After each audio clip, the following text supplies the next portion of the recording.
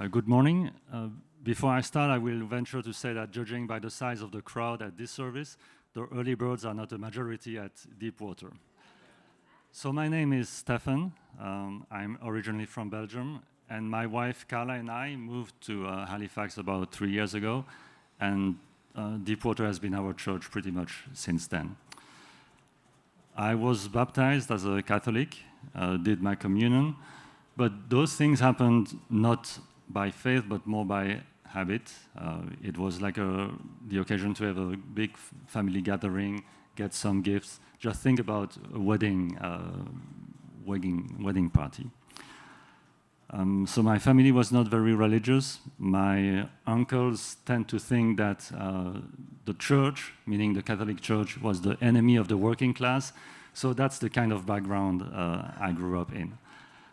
As far as I was concerned, I thought that the Bible had good bits in it.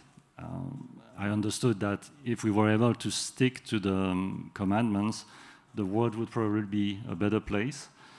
But I did not see the need for a living God. I basically thought, okay, we are born on this wonderful planet, we do our best, and when we die, that's the end of it. And that was pretty much the thought I still had when I met Carla, my wife, in my late 40s. Now, Carla was on a different path. She had been reconnecting with the faith, and about 2 years after we started dating, she started going to an evangelical church and invited me to attend with her. And since I understood that it was important for her, I went. And we had those wonderful discussions on Sundays afternoon where we would discuss the possibility of Hitler, should he have repented from his sins in the last days before in the bunker, would have been saved, while I, who helped my neighbor carry the grocery and did not start World War II, would not be saved. So this habit of accompanying my wife to church and spending the rest of the day trying to find the faults in the preaching of the day continued while we moved to Halifax and started attending Deepwater. And it's at Deepwater that I also discovered Alpha. Now, 3 weeks after the Alpha of autumn 2023 started, we found out that my mother-in-law was diagnosed with cancer. It was on a Wednesday, and I will always remember it because on that day, when I showed up in the sanctuary for Alpha, I saw on the screen the topic of the day, and that topic was, does God heal? So this coincidence kind of shook me more than I expected. I started to pay attention more closely to what was happening around me. I noticed how some of Carla's prayers were being answered, and at some point, I decided that there was no need resisting it anymore. Although I had been thinking for a long time that I needed to understand everything about God before accepting Him as my Lord and Savior, my time at Alpha and the people I had met at Deepwater in the meanwhile led me to understand that joining Jesus was, first of all, a journey, and the most important part was taking the first step. So, did my life become a perpetual fairy tale since that day? Spoiler alert, it did not. There have been losses that happened way too early. My mother-in-law passed away after 2 years of a hard struggle against cancer. I lost my younger brother 18 months ago to complication of brain surgery. And on a lesser level, we faced uncertainties due to unemployment and job search, for example. But I will say that now that I believe in a living God, I feel better equipped to handle those bad seasons in life. Because I know that God has our back, and I know that ultimately He has our best interest at heart. And even though there will be bad things happening, and I will not always understand why they happen, I'm ready to accept that. And also, I came to realize that I'm no longer acting in isolation. By accepting Jesus, I've joined something that is so much bigger and so much powerful than what I could achieve on my own. And I was the kind of guy that would send good vibes to people when they were having troubles. But now I've understood and discovered the power of prayer. So thank you. Thanks. Brother Stéphan, that was awesome. Even better the second time. Yes, excellent. I'm Colin. I'm one of your friendly neighborhood pastors here at Deepwater Church, and it's a pleasure to be with you. It's also a pleasure to have a cup holder here. Like, I just can't get over how excellent that is. So I'm here with a message today. It's going to be a bit of a unique message, as you probably expect from me. So I want to start by telling you a story, and it's about a gentleman from Palestine in the time of Jesus, and I'll call him David for now. So his parents loved him very much. He was happy and healthy. When he was young, his parents gave birth to a girl, and they named her Dinah. And David thought Dinah was the most beautiful thing he had ever seen and loved her instantly. The two children grew up happily together. They were taught the Torah, and David loved it. He rejoiced with passages like Exodus 34. Let me read that for you. Yahweh, the Lord, the God of compassion and mercy. I am slow to anger and filled with unfailing love and faithfulness. I lavish unfailing love to 1,000 generations. I forgive iniquity, rebellion, and sin, but I do not excuse the guilty. He also loved Psalm 146, and I'll read a passage from that psalm for you today. He gives justice to the oppressed and food to the hungry. The Lord frees the prisoners. The Lord opens up the eyes of the blind. The Lord lifts up those who are weighed down. The Lord loves the godly. The Lord protects the foreigners among us. He cares for the orphans and the widows, but he frustrates the plans of the wicked. Adonai, which is Hebrew for Lord, was like a superhero to him. He loved learning about Adonai I almost said on Sundays. He was Jewish on Saturday at synagogue, and he loved traveling to Jerusalem every year for Passover, seeing the magnificent temple, and hearing from the awesome priests there. He felt like he was safe in the palm of Adonai's hand. He was a teenager when the Romans came. He had been raised to respect and obey the Romans, but they certainly didn't return the favor.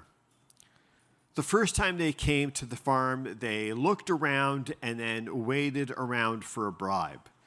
And reluctantly, David's father paid that bribe. And there was peace for a while. But soon the soldiers returned and declared that the farm was now property of the Roman Empire. Before his father could say anything to these men, they killed him. David was out in the field and saw it happen. He ran to his father's side, but his mother and sister got there first. They were the next to die. The soldiers tried not to harm Dinah. She would have made great sport for them. But she was so incensed at the brutal murder of her father that they were forced to kill her and her mother, who was trying to hold her back. David collapsed in tears as his family was annihilated. And where was Adonai? Why didn't he protect his family? Why didn't he frustrate the plans of the wicked? The soldiers sold him into slavery, and David didn't resist. Soon he was in a caged wagon with other defeated-looking men, and they were on their way to Caesarea for auction. Suddenly, the wagon came under attack. Spears and arrows came from the bushes and killed the Romans escorting the wagon. And a fierce-looking man opened their cage. "Come, brothers," he said. You can go back to your lives, or what's left of them, or you can join us and pay back the Romans for what they have done. David didn't need to be told twice. He agreed to join, and the fierce-looking man gave him a rough hug. Many other men joined as well. The fierce-looking man was named Jacob, and he had a story very similar to David's. They all had stories like that. Soon David was hiding in caves, learning to use a sword with his fellow brigands, and ambushing Roman supply trains. It was a hard life, but one that gave him the opportunity for revenge against the Romans. Once, when they were in town for provisions, David saw a strange sight. He saw a man in a boat, and he was preaching to a crowd of people by the shore. So he moved a little closer to hear what the man was saying. This is Luke 6. But to you who are listening, I say, love your enemies. Do good to those who hate you. Bless those who curse you. Pray for those who hurt you. If someone slaps you on one cheek, offer the other also. If someone demands your coat, offer your shirt also. Give to anyone who asks, and when things are taken away from you, don't try to get them back. Do to others as you would have them do to you. That sounded like crazy talk to David's ears. Love the Romans? Didn't he know what they did? But then the man preaching looked him right in the eye. And he continued, if you love those who love you, why should you get credit for that? Even sinners love those who love them.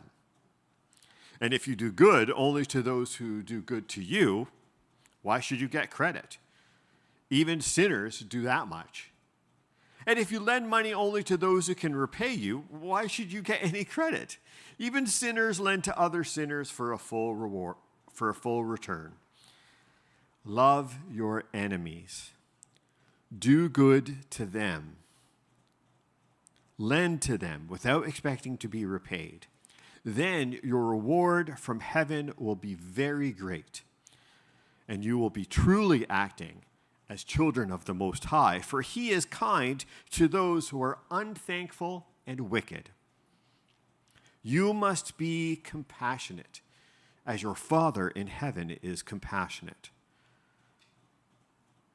Something happened in David's heart at that moment. This man's words sounded like they were the words of Adonai himself. The boy within him who loved hearing the Torah knew that what that man was saying was true.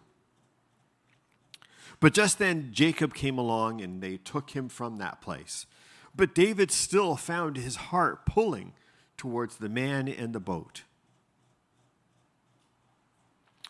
On one occasion, Jacob called all the brigands together. He had heard of a shipment of gold traveling down the back roads right near them. If they could ambush that shipment, they would be rich and strike a powerful blow for the cause. The men cheered, but David's thoughts were still distracted by that preacher, whom he learned was Jesus of Nazareth, a small town close to his own. They carefully planned the attack, and on the night of the shipment, they lay in wait. Then they sprang out of their cover and stopped the shipment, killing, in Jacob's case, or disarming, in David's case, the guards. Jacob looked behind the wagon and was almost beheaded by a Roman soldier lying in wait there. Soon other Romans were surrounding them, dozens of them. Jacob and David fought back to back, resisting the onslaught, but all of their fellow brigands were killed. Eventually, David and Jacob were wrestled to the ground and tied to the back of a wagon heading towards Jerusalem and crucifixion. They were dragged to the place called the Skull, and there was a third man being crucified with them. David was shocked to see that it was Jesus. the man whose teaching had turned his soul against him. You know the rest of the story. This is Luke chapter 23. They also led 2 other criminals to be executed with Jesus. When they arrived at the place called the Skull, they crucified him, along with the criminals, one on his right and the other on his left. One of the criminals, Jacob, hanging next to Jesus, insulted him. "Aren't you the Christ? Save yourself and us." Responding, the other criminal, David, spoke to him. "Don't you fear God, seeing that you have been sentenced to die? We are rightly condemned, for we are receiving the appropriate sentence for what we have done. But this man has done nothing wrong." Then he said, "Jesus, remember me when you come into your kingdom." Jesus replied, "I assure you that today you will be with me in paradise." Excuse me for a moment. We need a word from our sponsor, which is bat water. You can barely tell that it's bat water because I've dropped it so many times. But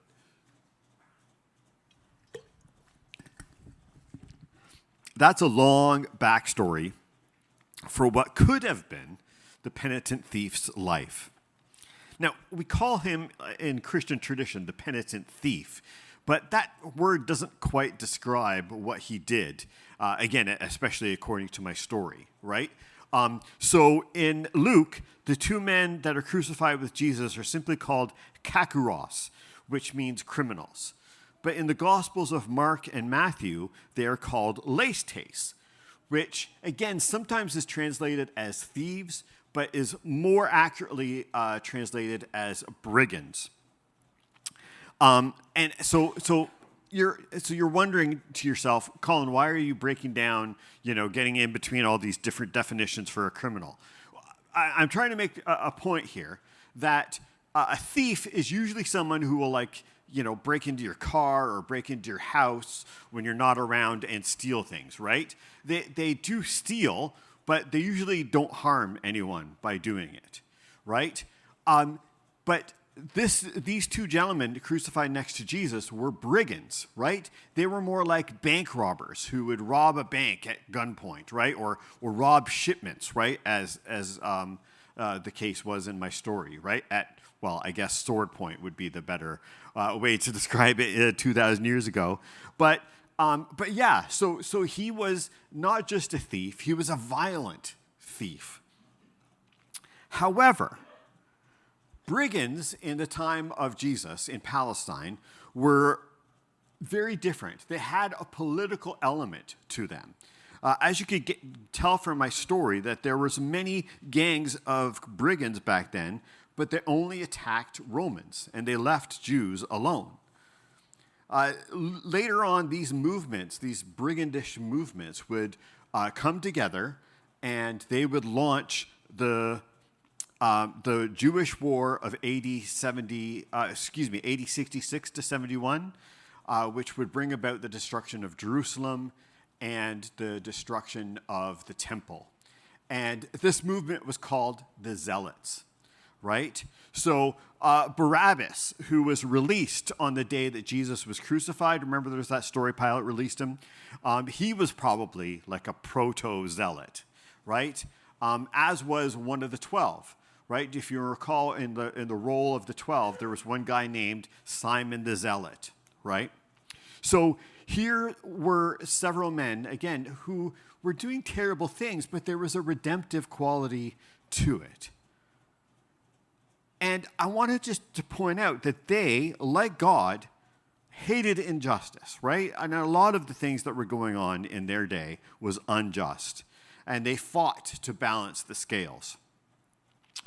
Where they fell short, however, was, again, in how they did it, and in particular, that they thought they could bring about God's kingdom through their own efforts. Now, I suspect that is a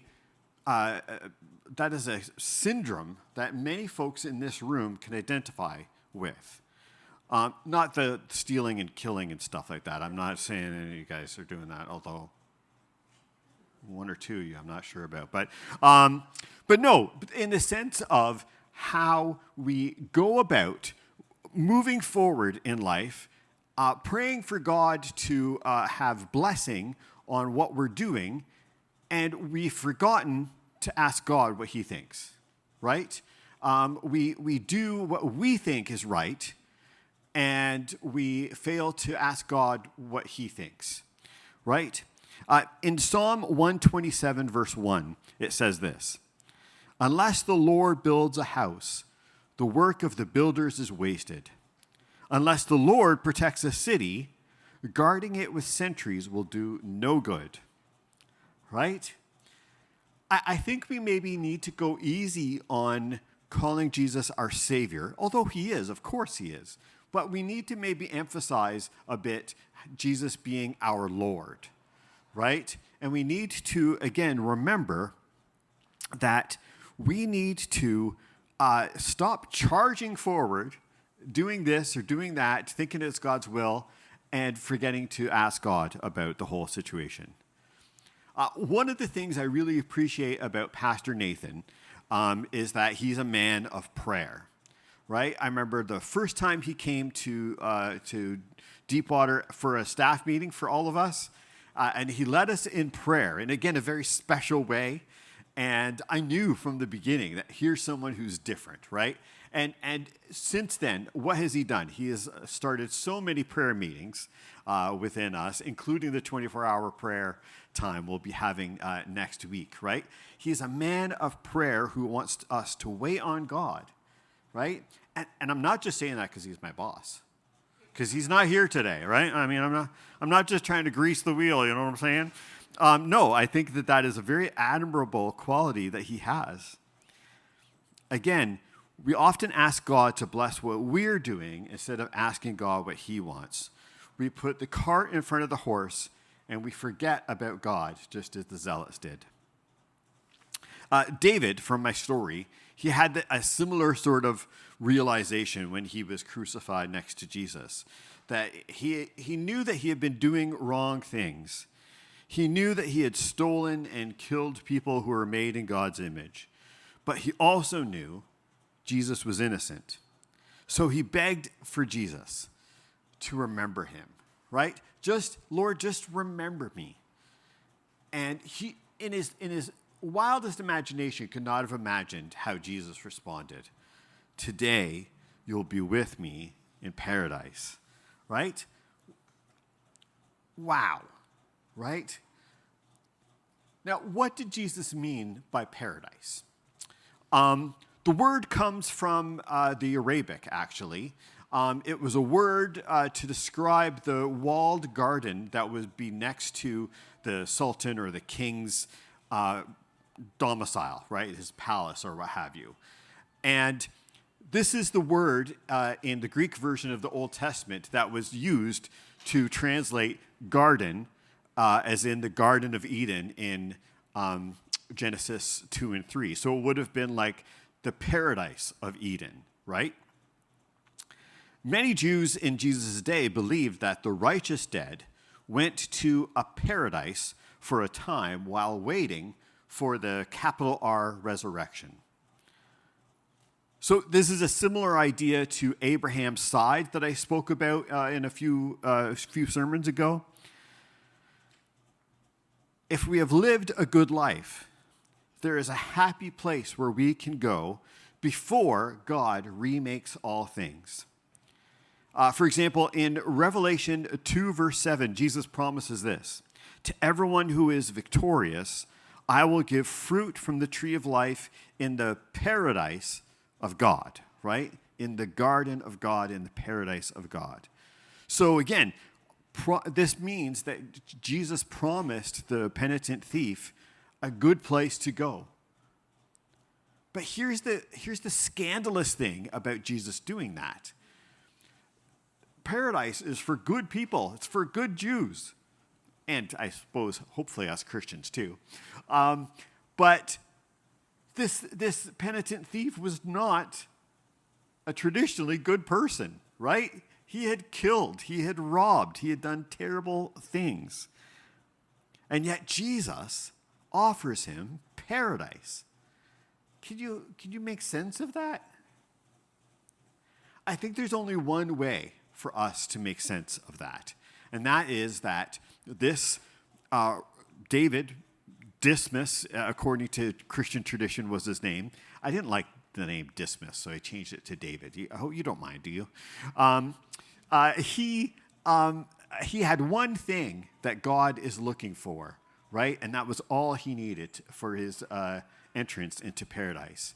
And that was a penitent heart, right? A humble, gentle heart. Hear this. Whether you've been following Jesus for decades or whether you just recently got baptized. How many new baptizees are here who got baptized last week? Yes! Give them a hand, everyone. Absolutely. Welcome. Yeah. So whether you've been following him for years or whether you just came to a saving faith in him, hear this. What God really wants from us is a humble, penitent, contrite heart. That's what God really wants, right? Your heart may be messed up, right? It may be wayward. It may be deceptive. And you may know that. But if you trust God to set you on the right path, he will do it, and you are on the correct path, right? King David, from the Bible, he said this in Psalm 51. You do not desire a sacrifice, or I would offer one. You do not want a burnt offering. The sacrifice you desire is a broken spirit. You will not reject a broken and repentant heart, O God. Right? So at least by comparison, and again, there's all kinds of great religious types of things we can do. But by comparison, God doesn't want those things. He wants you to have a humble, broken, contrite heart. He wants us to recognize our powerlessness, right? He wants us to declare our absolute dependence on him. At Celebrate Recovery, we have people who give their testimonies on a regular occasion. And we had this one video testimony from a gentleman from the States the other day. And what I really appreciate and what I really noticed about that sermon, or that testimony, I should say, was that he kept saying this kind of prayer: God, take this clay pot and break it and turn it into something you can use, right? Break this clay pot, turn it into something you can use, right? That is our heart's cry when we have a penitent heart. I don't know where you're coming from today. I don't know whether you're on the top of the world or whether you're at the end of your rope, right? You've tied a knot and you're holding on, right? I'm not sure where you're at, but God is looking for people with penitent hearts. People like that gentleman from that testimony that we watched this past week. He is looking for people like King David, who said, God, you will not reject a broken and penitent heart. He's looking for people like the penitent thief, who didn't have a lot of chance to repent in real life, but he had a penitent heart. What was common for all of them was that they admitted that they couldn't, they believed that God could, and that they let him.